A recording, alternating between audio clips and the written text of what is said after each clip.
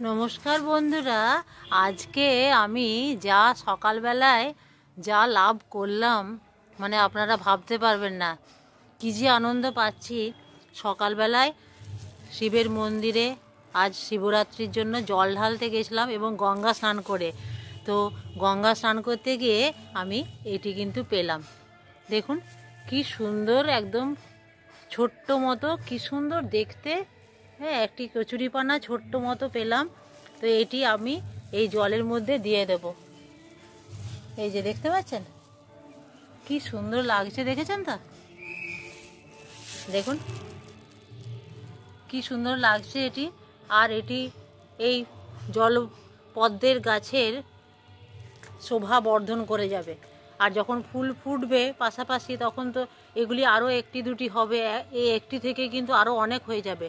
আমি আরও একটি গামলাতেও দিয়ে দেবো। তো বুঝতেই পারছেন কি লাভটাই করলাম। পাশে থাকবেন এরকম টিপস পাওয়ার জন্য, আর অবশ্যই সাবস্ক্রাইব করবেন।